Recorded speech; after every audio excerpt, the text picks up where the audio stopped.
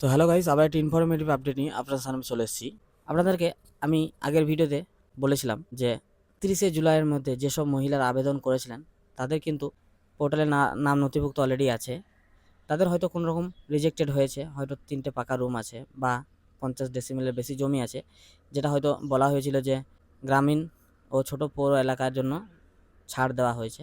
কিন্তু হতে পারে টেকনিক্যাল ইস্যুর জন্য যেগুলো 3টে রুম ইয়েস করা আছে বা 50 ডেসিমেলের বেশি জমি আছে সেগুলো রিজেক্টেড করা হয়েছে বা ফর ফার্দার ভেরিফিকেশন করা হয়েছে এবং একটা পার্টিকুলারভাবে একটা কারণ দেওয়া হয়েছে। তো সেক্ষেত্রে আপনারা কিন্তু অবশ্যই ক্লেম করবেন।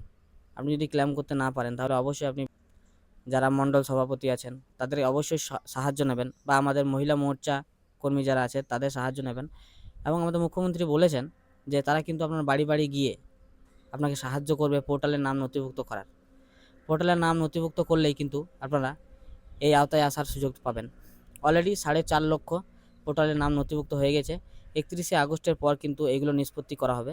তার মধ্যে অনেক অভিযোগও আছে, অনেক আবেদনও আছে। আপনারা যারা যারা এরকম পজিশনে পড়ে আছেন যে আপনার ফর ফার্দার ভেরিফিকেশন আছে, একটা পার্টিকুলার কারণ আছে, সেক্ষেত্রে আপনারা অবশ্যই কিন্তু ক্লেম করে দিন। এবং যারা রিজেক্টেড আছেন তারাও কিন্তু ক্লেম করে দিন। যারা ফর ফার্দার ভেরিফিকেশন আছে তারা একটু ওয়েট করুন 31শে আগস্ট অবধি। আপনাদের টাকা আশা করছি ঢুকে যাবে। ধন্যবাদ।